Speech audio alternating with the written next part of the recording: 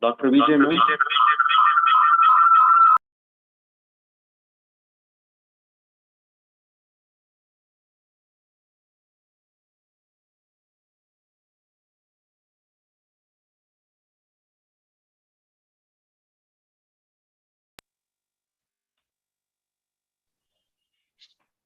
Dr. Jayalakshmi, ma'am. Yes, sir. Hi, am I audible to you? Echo vardu, sir. Now it's okay, ma'am. Yeah. Yes, sir.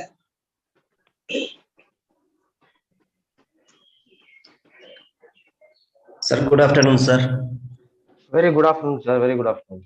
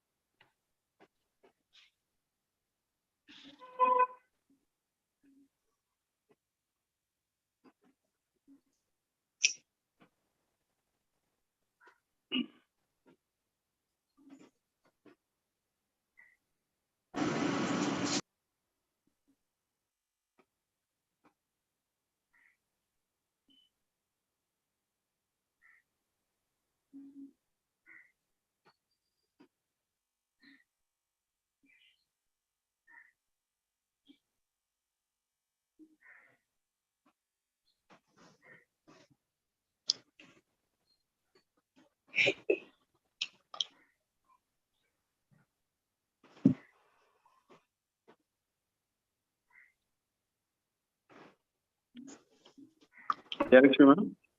Yes, sir. Okay. Good evening to one and all present here. Wishing you a happy 74th Republic Day. SRM Institute of Science and Technology is one of the top ranking universities in India with over 20,000 students and 1,500 faculty members, offering a wide range of undergraduate, postgraduate, doctoral programs in engineering, management, medicine, and health sciences, science and humanities. Foreign faculty, flexible and dynamic curriculum, exciting research and global connections are the feathers that set SRM apart. Students have a wide choice of cutting-edge programs, including nanotechnology, bioinformatics, genetic engineering, remote sensing, and GIS embedded systems or computer forensics to choose from. Most of these courses are offered in close collaboration with foreign universities. SRM IST has been accredited by NAC with the highest A++ grade in the year of 2018, valid for next 5 years. With this short introduction of our institution, I welcome Dr. N Ashokan, sir, Head of the Department of Physics, SRM Institute of Science and Technology, Ramapuram Campus, Tamil Nadu.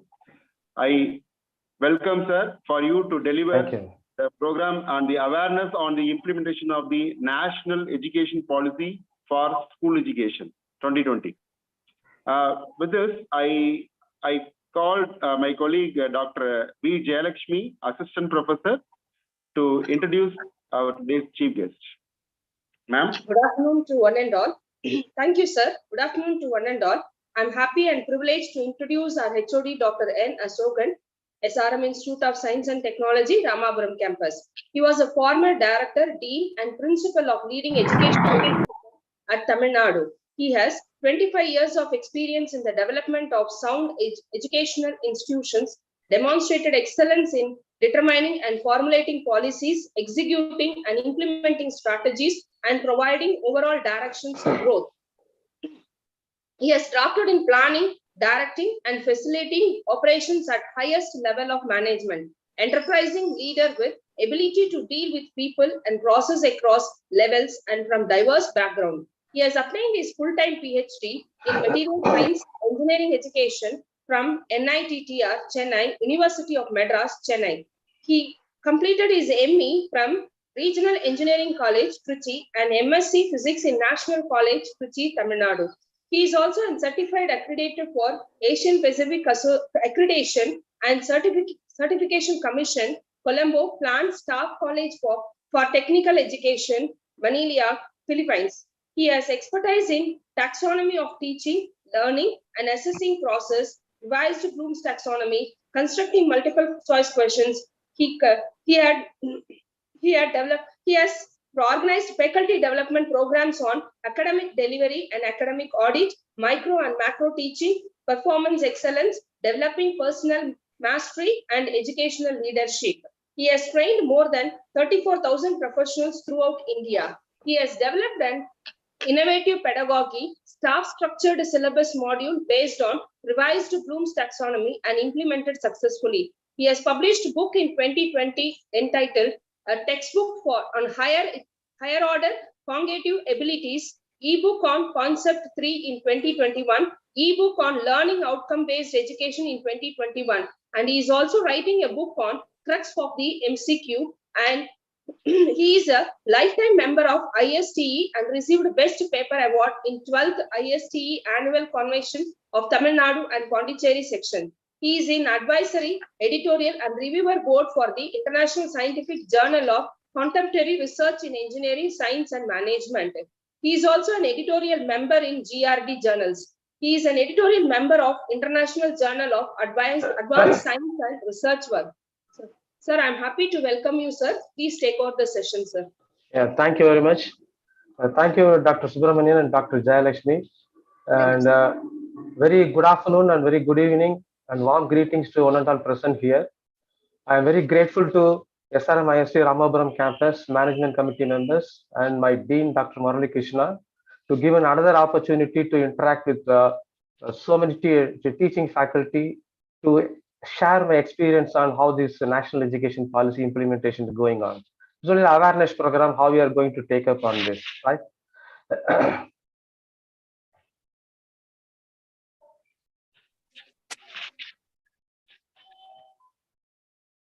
My screen is audible, is visible now? Yes, sir. Yes, sir. Yeah. Yes, sir. Yes, sir. You can continue. Yeah, this awareness and implementation national education policy 2020 for not only for school education, higher education, and very importantly, that vocational education is also we'll see how it is going to that. So my discussion for next maximum of around 60 minutes. I start with this: what is the purpose, mission, and vision and background of this national education policy? What drives this national education policy 2020 has come? First, we'll discuss on that. And what are the four major tasks when implementing this national education policy? And national education policy has some fundamental principles and operational principles. Based upon that, this implementation is going to happen on that. And first, there are three divisions we discussed. Now, of course, there are so many, it's a very vast area. Now we limited only to small areas, that the school education, higher education, and vocational education. And around school educations, the school education has identified around 15 major areas, and the Ministry of Education come up with 297 tasks, very clearly spelled out that we'll discuss a few of them, not all, and see what is a higher education, how this implementation happening in different parts of the country. I would like to give some two examples how this happening.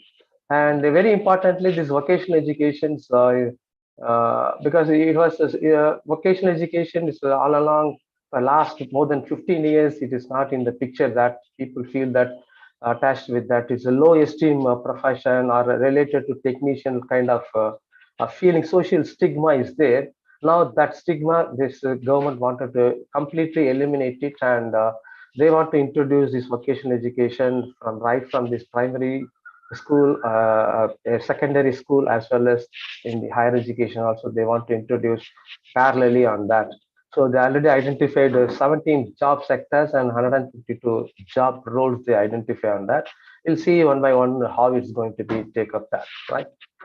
Next.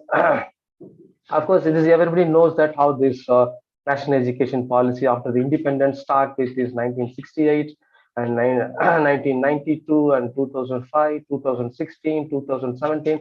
All these different kind of national education policy is coming up. Now this finally this 2020 is coming with the to feed this, to fulfill this requirement of this 21st century, that social challenge we have. So to address the social challenges, social problems, these 21st century problems, this government has been coming up with the National Education Policy 2020. That, right? So what is the mission of this National Education Policy 2020? That is a purpose. So all learners should become more academically, socially, and emotionally competent enough to solve their personal problems, to solve the problems in the workplace, and starts to solve the social problems. These are the very important purpose behind this national education policy is that. So academically, socially, and emotionally competent enough to solve personal problems, to solve problems in the workplace, and to solve the problems in the society, right? And what is the vision they want to make it that one? So you know that India is a diversified culture country, and at the same time we want to compete with the globally on that. So we used to say that think globally, act locally. That kind of vision we have when coming to this National Education Policy 2020 is there. That is all Indian traditions and values, we keep it in tight, we keep it in mind, we keep it in our background. At the same time, how we are going to compete with these developed nations, and how we are going to produce the global citizens, so that our the students coming out of our educational system, whether it is a primary school, higher secondary school, or the graduate coming out of this higher education institutions, how they are going to solve the problems in the society and make the contribution to the society so that every citizen in this world to lead the comfortable and a very convenient life on that. So that was a vision on that. So always keep this Indian tradition culture is very, very important part of it. Now coming to the background, what is the background is why this national education 2020 is emerging. There are internationally then a few agencies are looking into taking care of this education system all over the world. And namely first the social emotional learning is talking about that one of the institutions. They think that not only the foundational skills of literacy and numeracy is not sufficient, the students coming out of this educational institution must possess these cognitive skills as well as the higher order thinking skills so that they can able to solve the problems. That's what they are thinking about that. That Universal Declaration of the Human Rights in the UN General Assembly in 1948, it declared that everyone has the right to education. That Article 26 states that.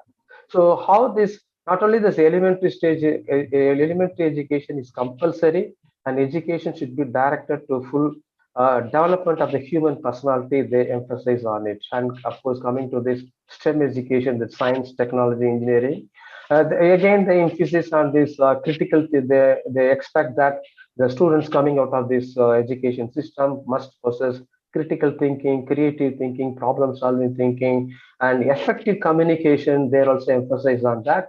And this SDG 4, this sustainable goal development, also on the goal number 4, talking about this quality education. And they also more talk about this compulsory complete free, equitable, and quality primary secondary education, leading to relevant, effective learning outcomes. So in 2030, yes, eliminate gender disparity in education. Also, this sustainable development goal insists upon that. So this is one type of international background says that. And another background we're talking about this is the funding from this the World Bank, World Economic Forum, UNESCO, all these, they're funding huge for the education for all over the world, different countries.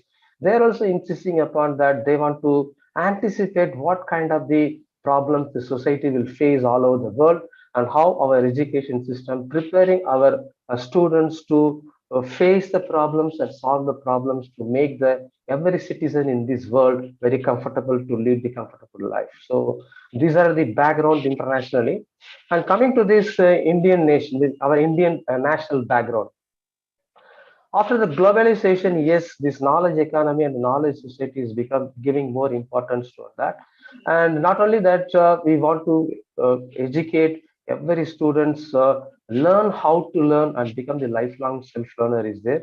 And the right of children's to free and compulsory education act, it says that it's a comes into the force in April 2020, is that free and compulsory education for every student, every child in this country. That also is one of the background said. And of course, we have this GDP coming to this economic side. This India wanted to make it $5 trillion in next 5 to 7 years economy. We want to build up, and so that we want to develop these human resource, the highly competency human resource we want to develop over the period of next 5 to 7 years. And next 10 years, I mean 2030, we want to make this world the third largest economy at over $10 trillion economy. We want to build up that. So basically, national wise also, we want to focus on how to build up these highly competent individuals through this education. So this is one aspect of the background is there. And another background, if you talk about this future of work, coming to this future of work, if you coming that, yes, you know that this is this completely, man, after this pandemic, we can't avoid this digitalization. So automation, machine learning, artificial intelligence are invaded in every part of work and life, like how these computers, some 15 years or 20 years back, how the computer has been invaded in everybody's life. Now this artificial intelligence invaded that. So this is we want to create the every graduates highly creative and multidisciplinary skills is very, very important. That if you say that, if I say that I am a physicist after completing my UG and PG and PhD in physics, if I say I'm the physics, it's not only sufficient the societal problem, not only the one discipline people cannot solve the problem. For example, if you take that climate change is there, climate change as a temperature rise in the glaciers, or the level of sea level is rising, is that. So it is not sufficient only one discipline or expert it cannot solve the problem. So we need the multidisciplinary people come together to solve the society problem. So this is what this another background is. It's forces us to reimagine, revamp, and re-engineer the full aspiration of the students. So these are the three types of background. One is international level. This education, the agencies, the regulating agencies dealing with international level, also expecting every students want to come up with the higher order thinking skills, problem solving skills. And this national level also, our GDP also we want to increase to 10 billion dollars. We want to go for about that. And coming to the workplace also, yes, we need this artificial intelligence interfering on that. So these are the three types of background that which makes us, yes, this national education policy is necessary to implement, or we want to completely make our education system in the topsy-turvy. We make it as a topsy-turvy of education system on that, right? So this is the background on that.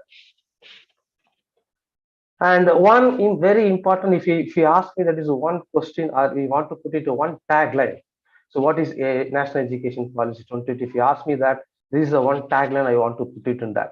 That is single organic continuum, which means that, see, what the students are studying at the school level and what the students are studying at the college level, there is a wide gap is there. And similarly, what the students are studying at the college level and what is this employability skills, or what the companies are expecting from the college students, there is a wide gap is there. There's already so many surveys, so many organizations identify these gaps.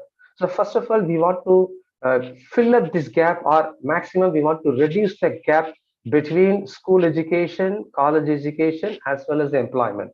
So that is what we call it as single organic continuum. So you want to reduce the gap between the school education and college education, and this corporate. What is the employability skill? So we want to make it reduce the gap. So we call it as a single organic continuum. This is what talking about that. And what is the implementation plan this government is having on that? There are 4 levels of implementation plan has. The first one is in a synchronized and systematic manner by all the stakeholders. That's very important. That already in many sectors already started this going on. That some of the people may feel it, or some of the people definitely feel in the near future. Definitely they'll feel on that. And every year they want to review the progress made in the implementation of the policy in different agencies and different stakeholders. So every year that regulatory, implementation agency at different levels and different stakeholders want to prepare the report for it. Every year they want to prepare the report on what are the challenges they faced on it, and what is the difficulties, and what are the changes, what is the right kind of feedback. All these things every year they want to make a report, and they want to make a pakka document. So the document they are preparing, they want to prepare for every year for next 10 years till 2030. So in 2030, on the third stage, 2030, they want to review all the reports for every year, and different stakeholders and different agencies, those who are involved in implementing on that, they want to do the complete review on 2030. And any changes they want to make it, on 2030. So that it's just like this Deming's quality cycle, plan, do, check, act cycle, PDCA cycle, Deming cycle. That so already plan is there. Now next 10 years they want to do it, and 2030 they want to check whether this implementation goes as per our plan or not. Then they want to do complete review on it. Then 2030, if at all any changes is required, definitely they are going to do all changes to effective implementation in 2030. And again, next 10 years, yes, what are the changes they want to do in 2030? They are going to do for that. So definitely, that's 2040. We expect the next new education policy on that. This is the 4 major implementation period timeline they fixed on it. Again, they identified the four major tasks. The first one is setting up subject-wise implementation committee is very important task. Find it difficult here. In this aspect, only part as a participants, you as a participants, as a teacher, you as a subject teachers, the national education policy, it is your responsibility to involve yourself in setting up the subject-wise implementation committee. So your contribution as a individual faculty matters a lot at the first stage, right? This is first stage. Second stage is undertaking some kind of amendments in certain sections of Right to Education Act. That is another important aspect they feel is a major, one of the major tasks. And third one is every year prepare the reports. I told you this, every year they want to prepare the report. What are the challenges, issues, concerns, feedback, difficulties, all these things they want to make it as a document, Pakka document. So that is a major task is there. And fourth one is generate awareness and for wide dissemination about the national education policy. So that fourth part I am taking now. This discussion is only I am just my contribution for the fourth part. I am just creating the awareness among the participants how this national education policy is coming up. So my participation at the fourth level, your contribution definitely at the first level. That is, if you are subject expert on that, you have to contribute something on this subject-wise implementation committee. Kindly contribute on it. So these are the four major tasks. And these are some of the fundamental principles they listed out that, right? So the purpose of education to build up the good society, and care is central to learning. Every person is capable of learning and building people's capabilities and value system. Equity is the cornerstone of good education. These are the fundamental principles. Based upon these fundamental principles only, this national education policy want to implement it. So what is the use of these fundamental principles? So when you're going for the implementation, definitely you feel we feel some kind of challenges and difficulties. So that time we need to take some well-informed educational important decisions. So that decision, we want to take it up, we have to take some important decisions based upon these principles. So that is why these fundamental principles will helpful for the authorities or those who are implementing the national education policy. So these are the guidelines, or you can say that the value system based upon every stakeholder involving the implementation will take well-informed educational decisions. So these are the basic fundamental principles, right? Based upon that only we can able to take decisions. Second is operational decisions. So when you go for the next level of operations, these are the different levels they call it as. That is the a seamless integration of education or continuous across all stages of education. As I saw, single continuous from school education, that the subject or something should be has to have some continuity from school education to college education, and college education to employability skills like that. Then curricular and pedagogy, of course, they want to approach with respect to according to the neuroscience they want to introduce. So not only the so far we talk about the subject matter pedagogy. Now the people want to do it with the neuroscience level. They want to understand how the students are learning difficulties, learning styles. Based upon that, they want to make the curriculum and pedagogical. Of course, next is the flexibility is there, and these are the things based upon these operational principles they want to implement the national education policy on that, right? What are the five guiding pillars they want to make it upon that? Is this one is the access, that is open to all, no students left over, education due to any reason, there is access and equity, mainly these boys and girls, that the equity should not be there. And of course, top class quality, people talking about that affordability. Of course, affordability, and again, I have my own concern about that the quality, the cost of quality is a big question mark is there. And accountability, anything else, every activity we do at educational institutions, we want to fix up the accountability for every activity we do at that. So these are the five guiding pillars based upon that national education policy we want to working on that.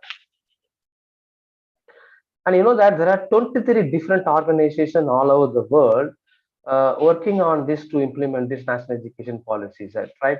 So you may be directly or indirectly involved with any one of the implementing agencies that right from Ministry of Education and NCRT is there, and state government and union territory government is there, and Department of Higher Education, and Ministry of Women and Child Development, Ministry of Tribal Affairs, and national testing agencies, National Council for Teacher Education.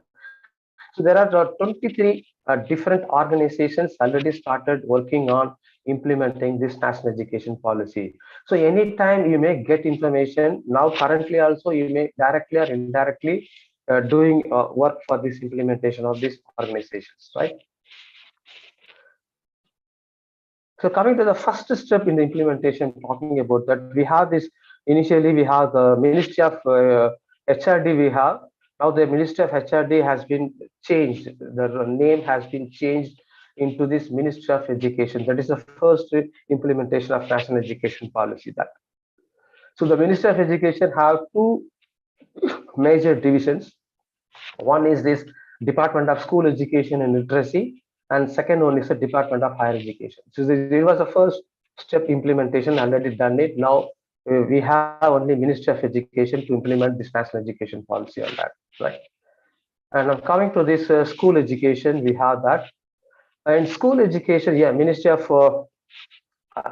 School Education and Literacy has clearly spelled out. There are two Pakka document they created, that is that students and teachers holistic advancement through quality education. They call it as Sarthak, part 1 and part 2. Part 1 and part 2.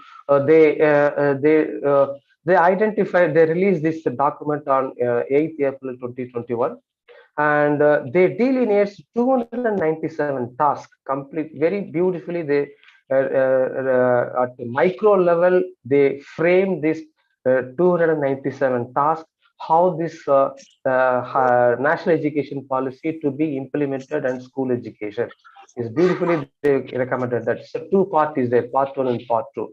So students and teachers holistic advancements through quality education, they call it as the Sarthak, part 1 and part 2, right? They identified the school education, they identified 15 major areas and 297 tasks. Okay, so each task has been given the clear time frame. Similarly, for each year, how many tasks they want to complete it, that also, that very clearly they spelled out in this part 2 and part 1, two different documents. Very beautifully at micro level, they clearly spelled out that. Okay, so anybody interested into how this going to be implemented, who are all the different agencies are involving in that, what is the time frame for each activity, and for 2021, what are the activities they want to complete, 2022, what are the activities they want to complete, year wise also till 2040, they have given clear ideas that. So anybody want to know more about this document, you can go to this Ministry of Education website.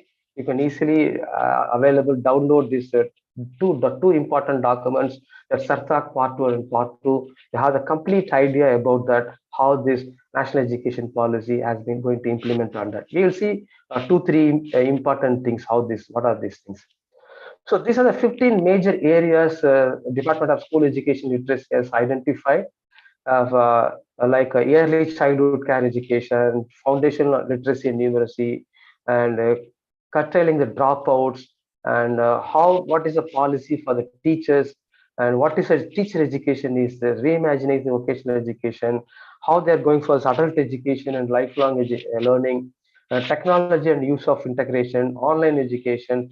So there are 15 major divisions they identified. They're going to implement topic wise 15 different major area wise 297 tasks they identified, right? So for example, if you take this second one as the foundational literacy and numeracy, because recently in the last week, January 19th, this annual status of education report 2020 has been released.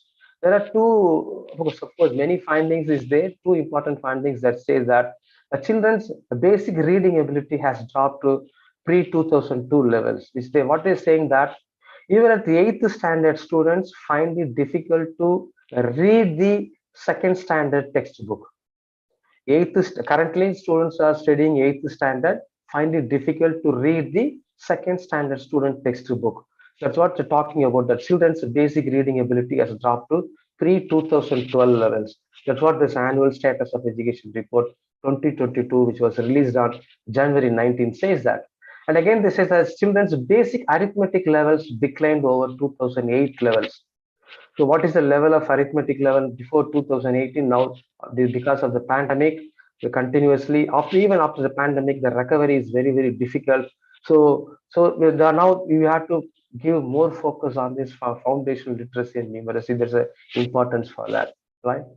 And yes, if you don't look into that, what will happen that of course minimum of around 5 crore or more students can be go out of this learning system to they will make it as illiteracy.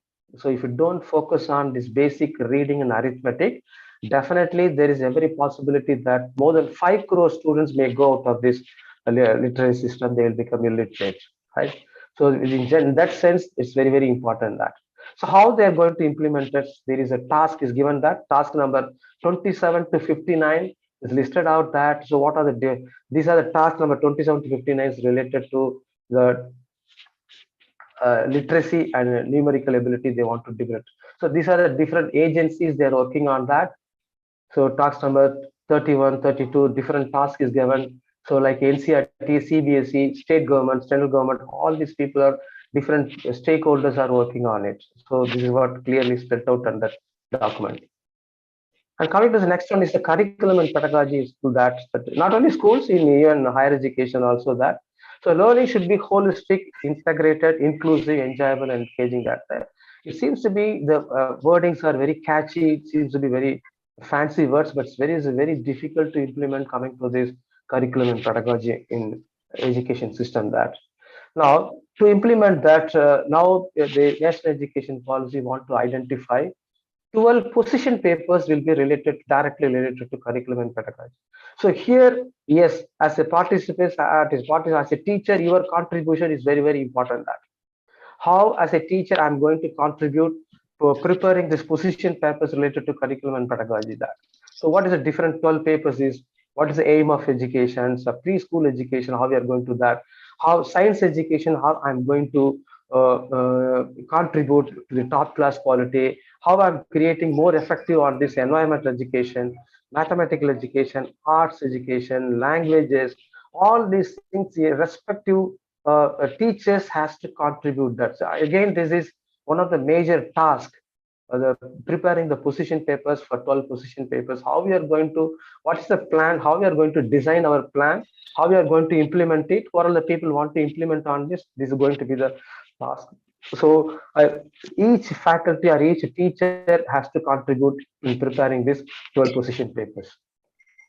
Again, this task number 83 to 139 is given related to that. So now people already working on this, NCRT people, CBSE people, they're all working on a different state government, and people at different agencies already started working on that. So they will directly or indirectly will get in touch with you for your contributions, right?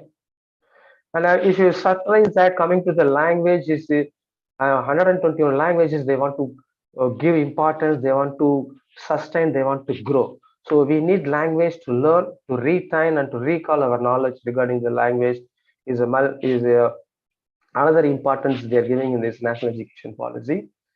And of course, coming to this digital education, online education, already this school education is identified one of the very important app, Diksha, is one nation, one digital form already live, and people very widely all over the world, I mean all over the India, all teachers and students are using that. 45 crore QR code energy textbooks already embedded in this system, and almost 200 crore pages of the contents, different subject contents already available. Of course, already people have started using that. Still, if you're not able, do not know about that, please know this system, try to make use of that. Not only make use of this app, you please kindly contribute your contribution, your subject contribution to this app. That's very important. That. So this is the part of, it's already started in that, that is already implemented as part of this digital online education system, already implemented using this app called Diksha, right? And yes, of course, people know that already this SWAYAM, NPTEL, MOOC, all these things already started working on that. We also, I mean, last 4 or 5 years, even before this national education policy comes, already we started working on that. Now it will become more argument, more rigorous implementation going through on this SWAYAM and MOOC courses, NPTEL courses. And another greatest challenge is in coming to the digital and online education. We can talk about the digital use divide is there. That's a very, very important challenge as a teacher we face, and we have to focus on making use of the students that. So digital, first we say that the digital divide is there. That is how many students are using these digital devices for their learning, how many students not using the digital, that we call it as a digital divide. Now, almost 80% students are using this 70 to 80% students are using the digital devices for learning purpose.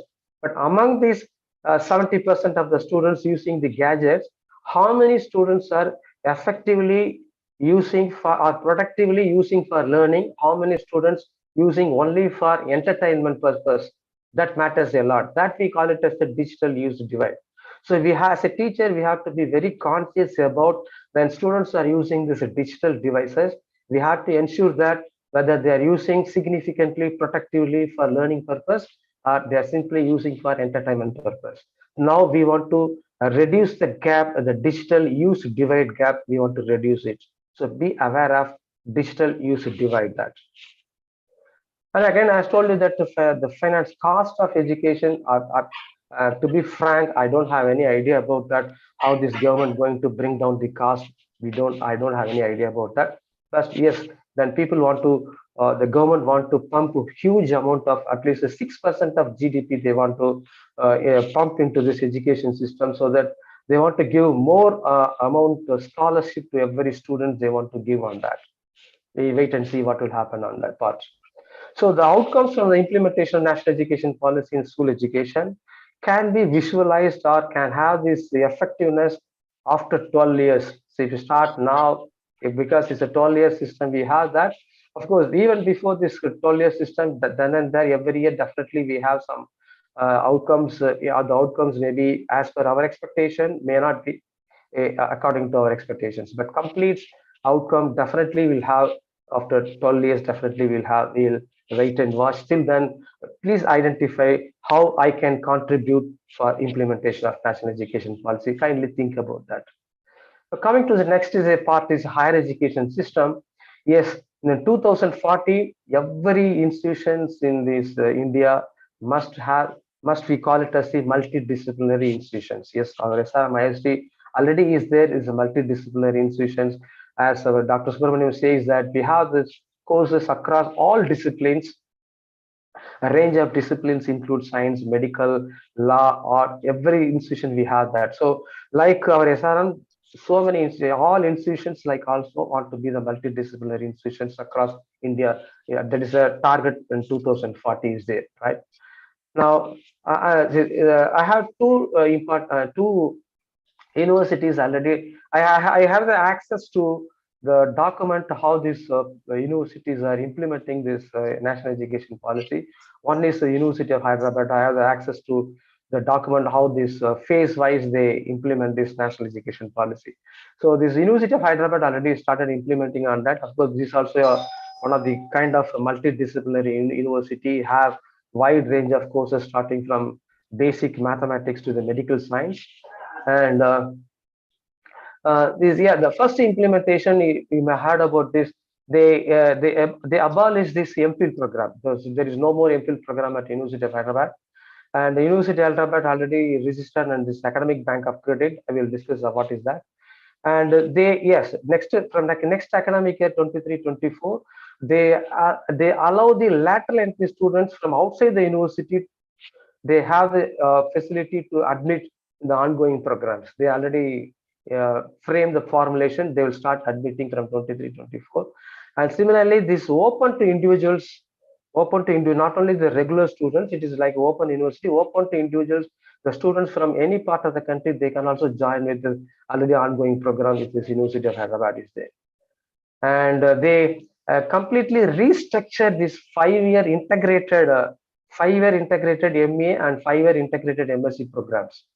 So these are the programs they have, these courses: English 8 credits, Indian language 4 credits, These are the different credit course they want to that. Not only this, and restructuring this now, this 5-year integrated program, they also introduced this multiple entry, multiple exit program also, they identified that. So any program now students want to complete the program, not the number of years is not required, number of credits the student has to complete it. Number of credits they have to complete. So a 4-year program, if students want to complete, he has to earn 144 to 160 credits, he has to earn it. So if the students earns 144 to 160 credits, he has given the honors degree. This is what they implement right now. This 144 credit students can able to complete within 2 years also. 2 years also, no problem at all. So if the students multiple exit, what is that? If the students complete say 108 to 120 credits and they want to exit, very well they can exit with the bachelor's degree. So so this kind of flexibility already the people started implementing in this program called the 5 years integrated MBA and 5 years integrated MSc program. That right, and moreover this this we call it as a multiple entry and multiple exit, and this in terms of multidisciplinary component also, this 60% of the subjects related to the multidisciplinary subject and 40% go to the core areas. That's also they implemented on it. So now the student has to focus on how many credits they want to earn on it to get a certificate, get a degree or honors degree, all these things, right? So now this is I'm talking about this flexibility. So this we call it as the flexibility is there. So any students, the flexibility, the curriculum, the multidisciplinary credit system gives that core disciplinary courses maybe around 50%, minor disciplinary courses maybe 20%, and multidisciplinary subject around the 25%, and language courses are 10%. So any language you can see, the list of 10 languages, students can choose any one language. If we can't hereafter, you can't dictate that this is the language I'm offering only English and French. You can choose any one of them, not like that. Now it is our responsibility, education institutions responsibility to list 10 different languages or any list of languages. Now student has to choose which language they want to go on that. Similarly, that different subjects in different areas. So that kind of flexibilities we want to give, that already started on that. The second institution I'm not talking about, this National Institute of Technology, Puducherry, this Pondicherry is there. So they also have this excellent phase 1 implementation document. I have access to on that. So they fixed this national education policy based upon the 6 M's. 6 M. There's a multiple entry, multiple exit, multi-code, multi-institute, multidisciplinary, multilingual. So based upon this is their own operating principle. They have that. So they started working on that. Now this is the complete structure about this National Institute of Technology, Puducherry. The courses, different structures are, they identified that. So again, this multiple exit and multiple entry is there. So when you want to finish 1-year program with the certificate, you can come out. And 2-year program, okay, finishing school, we come out with the diploma. 3-year program, you want to come out, yes, you can come out with the BSc degree. And 4 years, yes, you come with the BTech program. 5 years BTech honors, and 5 years integrated course with the MTech. So every year, number of credits, they're based upon minimum credits. So 20 credits means if you complete 20 credits, you'll get entry level intensive orientation. 40 credits, you'll get certificate. And 84 credits, if you complete, you get diploma, you can come out of the program. 125 credits, you can get the BSc degree, and 160 degree credits, you'll get a BTech honors, and 200 credits, you'll get a MTech or MS program. If you earn 350 degrees, you'll get your PhD programs. So this is what they started implementing on that. And second, this is the major how this flexibility in this multidisciplinary subjects, course structure and credit requirement also, they beautifully defined it and they started implementing on that. So this is another example just I want to share with you, the National Institute of Technology, Puducherry. And coming to this management education, recently that 2 days back, this IIM Buddha Gaya is introduced the 2 important courses at MBA in Hospital and Healthcare Management and MBA in Digital Business Management. So this is so far this IIM is doing this management program only for to feed these corporate executives. Now they move from corporate to hospital industry, healthcare management, and digital business management. They identified this another. So this is where this IIM Buddha has become the multidisciplinary universities coming up. So this year they introduced this two courses apart from as a multidisciplinary programs. Now, this in general, now coming to that academic bank of credit, yes, this is now the students want to mainly this academic bank of credit is for the benefit of students mobility. So students want to do some courses and earning some credit in some university. Some programs or some credit they want in different universities. So all this credit they centrally stored in this academic bank of credit, and finally which university they want to get a degree, they have to identify that university that university says that yes, this what are the credits you earn so far is sufficient, we can able to give degree, students able to get the degree by getting these credits already stored in academic bank of credit. So mainly for the students mobility, for the purpose the students can do any kind of course at any university, any place, at anywhere. Finally this ultimately their credit will be stored with academic bank of credit. So what is this national academic depository is the backbone of this academic bank of credit. They are dealing, they are having maintaining all the records of all these things. Right now, what is the use of that? This is credit the students stored in this academic bank of credit, valid for 7 years. 7 years it is valid, and it is like your Aadhaar number, PAN number. They also give this academic bank of credit will also give the one number will be given that like Aadhaar number and PAN number. Mainly this is used for when the students are going for any kind of job. This background check, if any industry, any people want to do that, definitely they can verify directly with the academic bank of credit. And students want to work for what they want to get the work permit in abroad countries, other countries. Those countries agencies also they can directly verify that academic the credits. And when applying for the visa also they can able to directly get it verified that now students has to get the attestation from the where the university they studied as well as from the state government. That's a tedious process. It takes 2 to 3 weeks to, if you want the students want to go for abroad, all these things they want to get the attestation. Now that attestation process may be eliminated. So any agencies want to verify any student's credit, they can directly enter into this academic bank of credit. They can within a minute they can able to verify that. So now what is the statistics? Already 61.92 lakhs total number of academic bank of credit ID created all over India, and 1,008 universities or educational institutions already registered themselves in the academic bank of credit here, and 203 total number of institutions already uploaded their students mark sheet in the academic bank of credit. So this is as and today the statistics gives that. So if if your students or if your institution is not yet registered with the academic bank of credit, please make it immediately. Now it is your responsibility to implement immediately that you have to ensure that your students or institution must register with academic bank of credit. So this is your contribution on implementing this national education policy.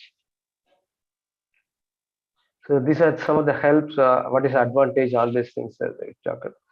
Next one is a digital university on part of this digital education and online education. Another important aspect, national education policy wanted to do that.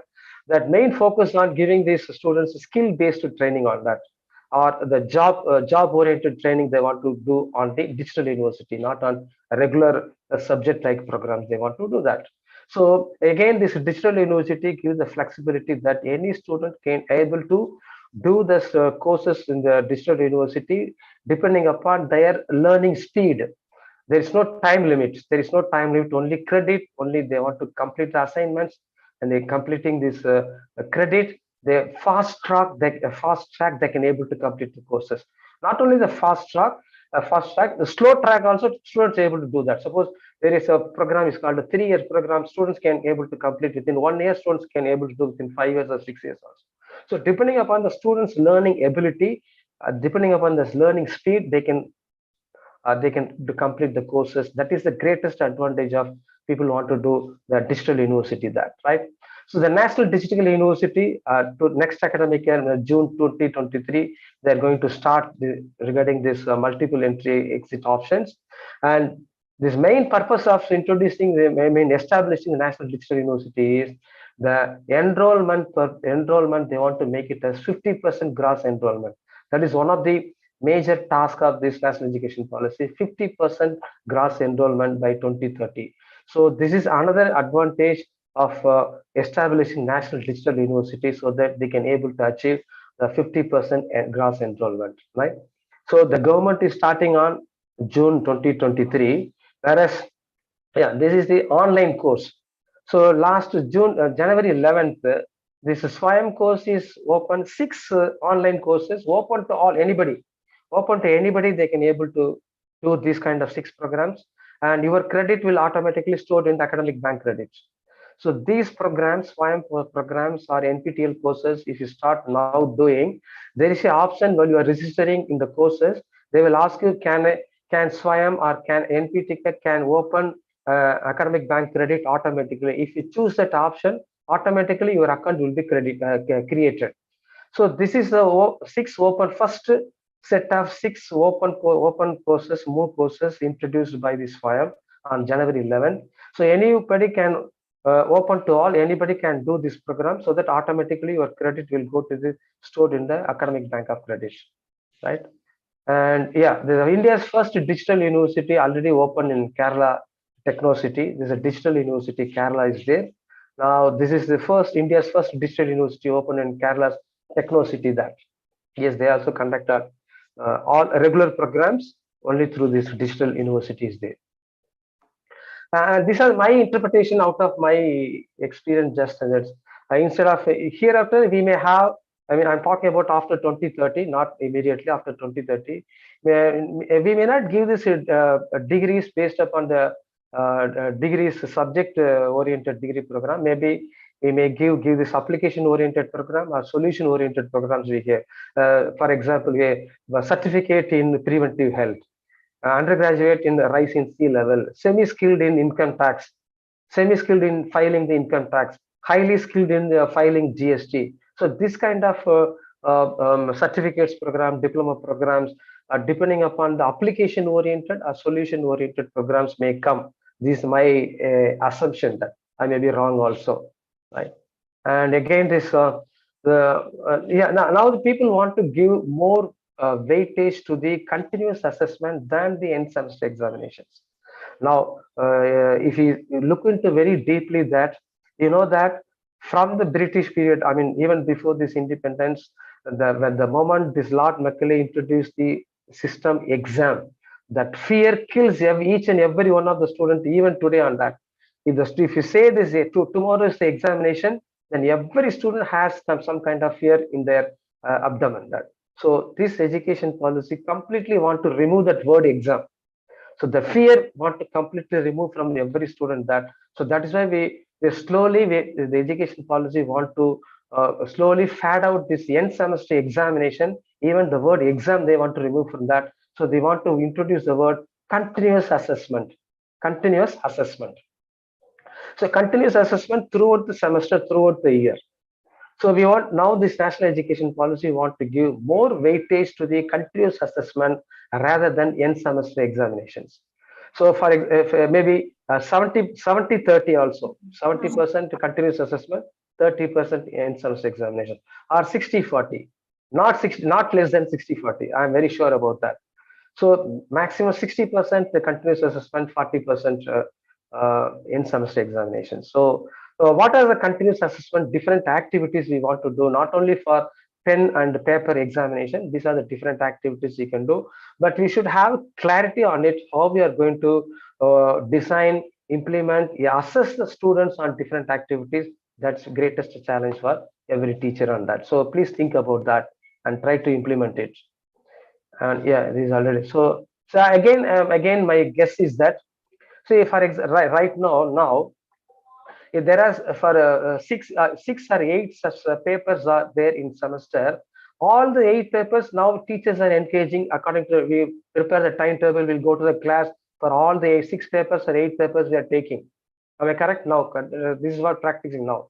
But when implementing the national education policy, if the semester has, for example, 12 courses, we need not, all the 12 courses need not teach by teachers. We need not prepare a timetable for all the 12 courses, not necessarily. That's what is national education policy, is that maybe 3 or 4 courses, teachers go to the class in person, in contact, we may teach 3 or 4 courses, and another 2 or 3 courses may be conducted by the industry or conducting for different agencies. They will come and handle the situations, or they will take them to the lab, they take them to the field work, they take them to the industry, they teach 2 or 3 courses, and another 2 or 3 courses student has to register digital university as SWAC, SWAYAM, MOOC, NPTEL.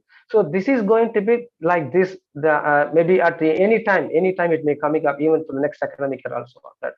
So now we have to prepare our students to plan their day. If the students are preparing for this semester 12 papers, 3 papers they have to attend in the inside the classroom, 2 papers they want to work on the laboratories completely, 2 papers they may work in the industry, 2 papers they may work with the online education. So this is the combination of subjects going to be come up with that. So that's why this awareness of creating this kind of implementation is very, very important for every student on that. And this internship projects, community engagement, every semester is compulsory now. As per the national education policy, this internship projects, community engagement is compulsory for every semester, right? Now this Andhra Pradesh state is an education minister, Bocha Satyanarayana, on January 5th says that Andhra Pradesh is in the forefront of national education policy. He says that, what he says that he already implemented and this internship for all the 4 years program, for example, for this BE BTech programs. So every year they have a clarity on after the second semester what is the community service they have to do, and after the 4th semester apprentice internship they have to do. After 6th semester they have to work on project work. So they have a clarity on that. They already started implement on that. Not only that, coming to this online education and MOOC courses, already 89,000 Microsoft certificate their students are completed in Andhra Pradesh, and 2 lakh students completed internship in Andhra Pradesh. And Andhra Pradesh, and 80% of the students, the Andhra Pradesh government is giving scholarship to the higher education students. 80% of the students of them, they are giving scholarship. So every state, every stakeholder, or every different agencies already they started implementing at their level. Talking about this implementation, Karnataka state that they have this major area is the phase 1. Yes, 2023 beginning with the 2020 to 23 they have the phase 1, and 2025 phase 2. They want to completely implement it within 2030.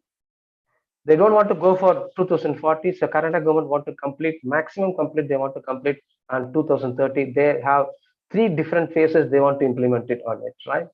And yeah, these are some of the observation I made. It is a attainment of objective is more important than syllabus coverage, and there is no hereafter we don't have any slow learners, medium learners, and fast learners.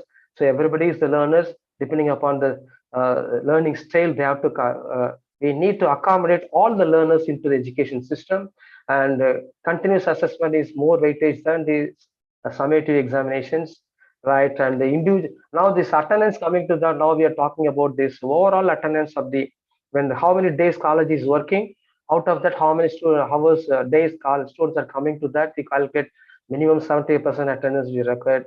Hereafter we have to calculate the attendance on subject wise, because students are doing different subject and different places. So each subject the attendance is 70% is mandatory. Think about that. And more importantly, that the moment we feel that they are the teachers, we cannot learn anything at all. So now we want to remove our tagline as a teacher and student. Now generally we have only learners. If we have as a teachers, if we wear the tagline as a learner, then only we can able to learn.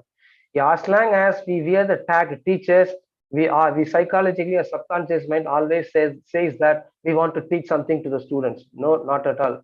Now we want to learn from the students also. We want to learn continuously also. So hereafter, we should not say we are the teachers, we are also a learners. So that kind of mindset we have to change ourselves. right? And I also expect that now we are giving the grade sheet at the end of the for every semester, every year. We are giving the subject wise, we are giving the mark sheets. Maybe in future we may give the grade sheets based upon the graduate attributes, or based upon the attainment of the objectives. For example, basic engineering knowledge attainment is there. So attainment out of 3, how much this particular student engineering knowledge is attainment on. Based of 3, he scored 2.7. That kind of grade sheet also may be coming up. These are all my assumptions that. So we have to be very conscious. We have to educate our students that focus on which is where we want to focus on that, right?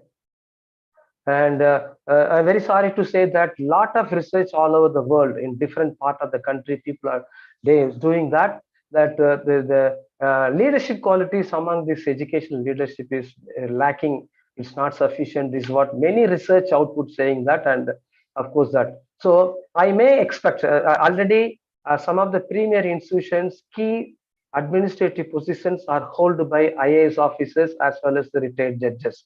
So I may expect, again, this is my assumption that I'm sorry to say that if I'm wrong, I may be wrong also that. So in future, maybe the head of the multidisciplinary universities may lead by IAS officers or judges. This is my assumption that, right? So what I want to emphasize that if you want to become the head of the institutions of any of the multidisciplinary universities, kindly prepare yourself to develop the educational leadership qualities so that you can lead in a very beautiful and effective manner. That. And the last part, another 5 minutes, reimagining the vocational education is, as I told that the vocational education people will have this low social stigma that yes, it is a very technician like kind of work, low status. And if the people want to go from vocational education to higher education, there is no proper link, there is no proper infrastructure, all these things. So they don't want to focus on that. So last 15 to 20 years, we never completely missed out this vocational education, but it has a great impact on the society now. It's a great impact. And so this national education policy they want to bring back this vocational education right from school to college as well as. So what is the two important emphasis I want to convey is that one is the vocational education, don't think something of that, it is related to the local context. So any kind of parallel skill every student want to develop. Say for example, if you take Tirupur, we want to take Tirupur. So the educational institutions in and around the Tirupur, they can able to develop the skills among the students related to the government industry. So that when coming to the profession, we need not depend upon only one income. We always have the parallel income. So that is what greatest advantage of this vocational education that.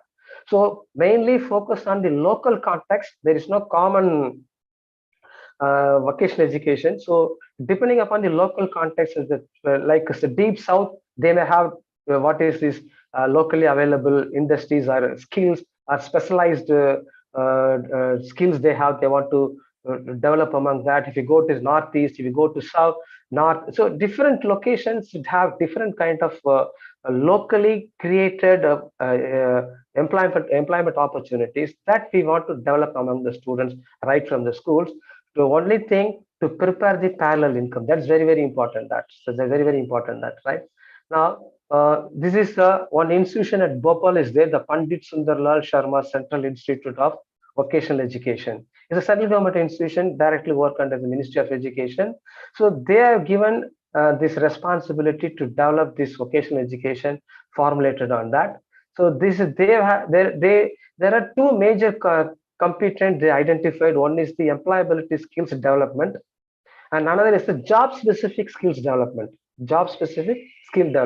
So based upon the two major categories, these institutions have already identified 17 job sectors and 152 job roles. They already identified it. The people started working on it. So sector wise, agriculture sector, what is the job? Different kind of job is there. Or BFSI, finance, telecom, power, textiles, logistics. So what are the 17 job sectors they already identified? these 152 job roles are there. So you can contact these people if you want to implement any of these vocational courses according to your local context, which is suppose if you want to develop apparels, as I told you, in the Tirupur, in and around the educational institution around Tirupur, they want to do something on apparels. They have identified the apparel is one of the sector. They identify certain job roles. Those job roles definitely they have developed the curriculum, implementation, training program, everything. They already created the document in the form of books. So 40 books already they published 40 different books they already identified, starting from the gardener, plumber, cashier, sales associate. These are the different vision technicians. So 40 books already identifies what is the job role, what is the expectations, what is the skill required, how to practice it, what is the outcome. All these things they clearly identify that. So any of the people wanted to have this, please contact them. They can able to guide you, help you to implement on that, right? And coming to this Tamil Nadu government, and coming to the Tata Group, a Tata Technology Center 4.0 with the Tamil Nadu government, they started investing around 2,880 crores for this vocational education system. They want to build upon that. Already working is going on. We want to the Tamil Nadu government want to introduce around 5,140 seats. They want to introduce into this IT or vocational education system. They started working on it. So from June 2023, they started the school. They're going to start along with this Tata Technology Center. So the people at different agencies, different level, they have started already implementing is going on that. Just this is only I'm just giving this awareness what is going on different areas. There are still more. There are still more implementations going on different structures than that. So what I want to conclude it, every stakeholder or decision makers at every level responsibility to implement. That's very important that. And we need not wait for instruction from authorities to implement. That's what I want to emphasize on it. So wherever it is possible at everybody's level, please start implementing on that. That's what is going on. And I want to conclude. So there is a shift in the way we do education. That is the national education policy says that. One is from content to competency in concepts demonstrated through the learning outcomes. So far we focus on the content. Now we want to focus on developing the competency among the students in terms of learning outcomes. And again, the completing the textbooks, we want to ensure that coverage of modules we want to cover up, not covering the syllabus. We want to cover the module, different modules. And as I told that, we want to go for the continuous education. Throughout the continuous education, how we want to develop the competency among the students instead of going the summative examinations. And training of teachers, empowering them to develop the students to solve the personal problems at workplace and problems at the society. So thank you very much. Any questions? To my knowledge, I love to answer it. Sir, very good talk, sir. Really, you have made a very beautiful talk, and you have unearthed so many facts that that we have not aware of so far. So thank you for your good lecture, sir. Really, thank you. Fortunate to hear this lecture. And there are so many questions raised in the chat box, sir. Okay. Shall we ask the participant to unmute? Yeah, it is better participant to ask. Unmute, yes. Participants, you can unmute yourself and then you can ask questions.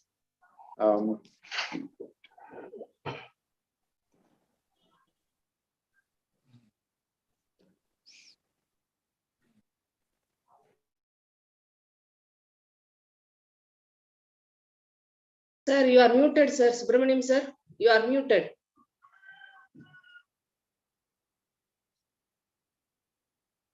Subramaniam, sir.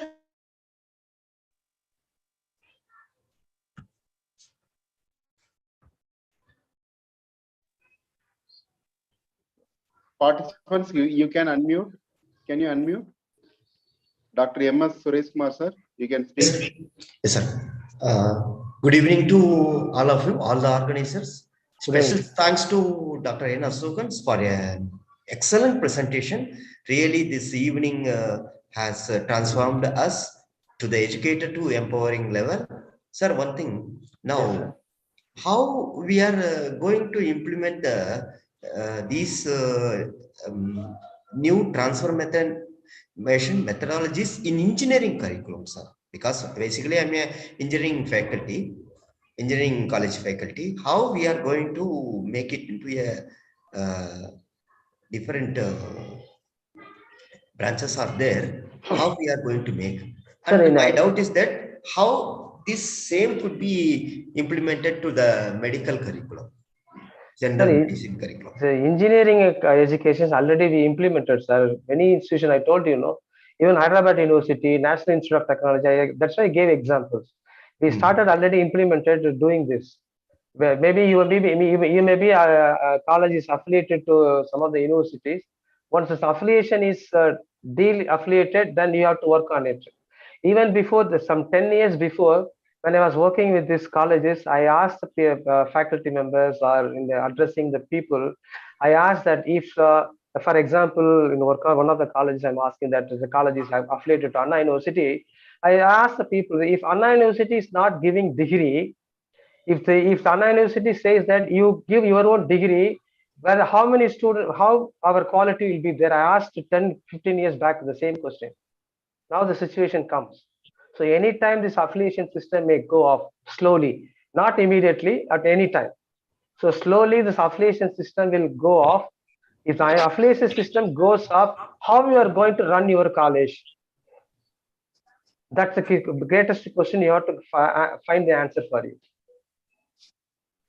Yes, thank you very much for your explanation and guidance, sir. Thanks a lot. Thank you. Good evening, Dr. N Ashokan. Good evening, sir. I was interested in asking a question that how do we ensure the NEP is being implemented in international schools in India? So we have multiple schools in India and they have international baccalaureate, they have Cambridge curriculum. So how do we ensure the tussle which goes between the NEPs and their policies? No, I'm currently not aware of on what policies these foreign schools or international schools establishing in India, but definitely this national education policy moving towards that the international schools. That direction is that. So how these international universities and schools are running these educational programs in this direction only, I perceive that national education policy is moving towards that, which means that we give more autonomy to these individual institutions to give the top class quality education to the individuals. This is what my assumption, my perception. Thank you, Doctor. You're very much correct that the formative assessments, which we call continuous education, they are being implemented in some of the schools. Yes, sir. For instance, if I give an example, we have Good Shepherd International School in Ooty, Otakamund, Nilgiris. So it has implemented that particular continuous assessment policy. Yes, sir. So similarly, there are multiple schools doing that. Yes, Thank you very much, sir. It was really a very wonderful presentation by you. Thank you.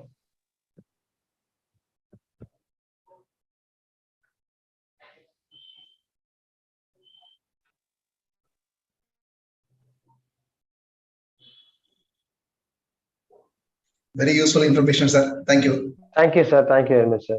Thank you, sir. Thank you. Any other questions? Any participants, if you would like to ask any question to Professor Ashokan, sir, you can raise your queries and questions. Mr. Kalachalvan, and you are unmuted. Now you can ask a question. Sir, it is very useful to us, sir. Very useful to us. Thank you, sir. Thank you, sir. Thank you very much. Thank you. Sir, yes, sir, it is very useful and very informative session, sir. Thank you so much. Sir. Thank you, Suresh. Thank you, Suresh. Thank you. Thank you. Okay. If there is no, Mr. Suresh Kumar, sir, again. Okay. So if there is no other question, shall we wind up the session, sir? Yes, sir. We can wind up, sir. Okay. Sir, thanks a Now lot, sir. Sir, Subramanian, sir, if possible, you can take some group photos, sir. Ask them to come open videos. Yes, sir. Yes, sir. It can be. Participants, you can open the video, and then now I like to take a group photo. Please open your video now, please.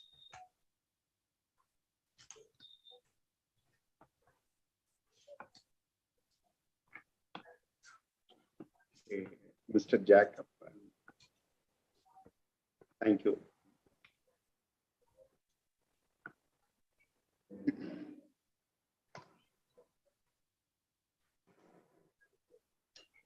Yes. Yes, sir. Thank you. Okay, once again, thank you, sir. Thank you. Thank you. Thanks a lot. So followed by this session, the one more session is for school children. So we would like to post the same link the student can join, and if possible, you can pass this message to your school children, and this program will be very much useful for the school children.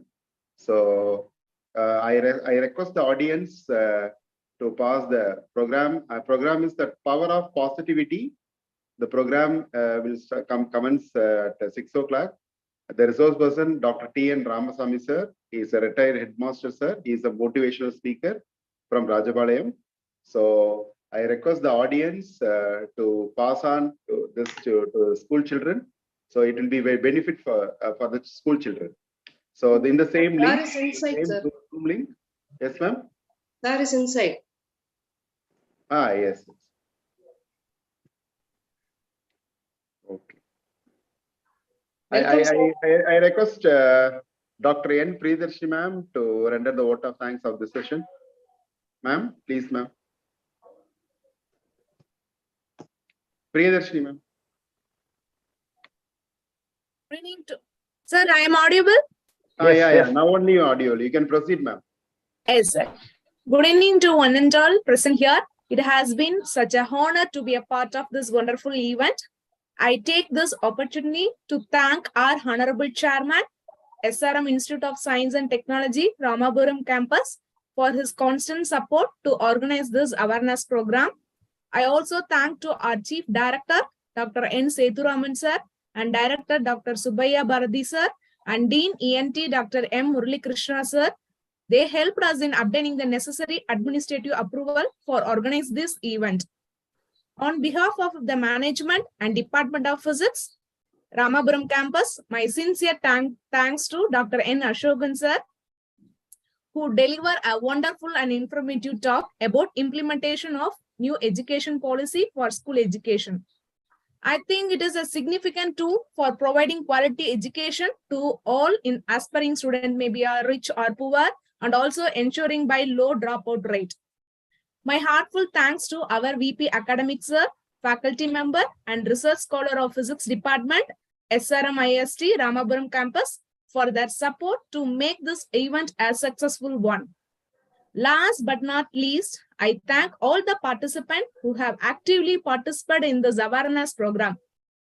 I feel very proud to be an Indian, and as an Indian, it is our duty that we should celebrate such a glorious day. I want to thank all of you being a part of Republic Day celebration in this awareness program and glorifying the day with us. Thank you all. Thank you very much. Thank you. Thank you very much, madam. Thank you for all the participants. Thank you very much. Thank you, madam. Thank you, ma'am. Thank you, sir. Thank you very much. Thank you, ma'am. Thank you, sir. Thank you, ma'am. Thank you, sir. Bye. Thank you, sir. Thank you, ma'am. Thanks. Thank you, sir. Thank you, ma'am. Thank you.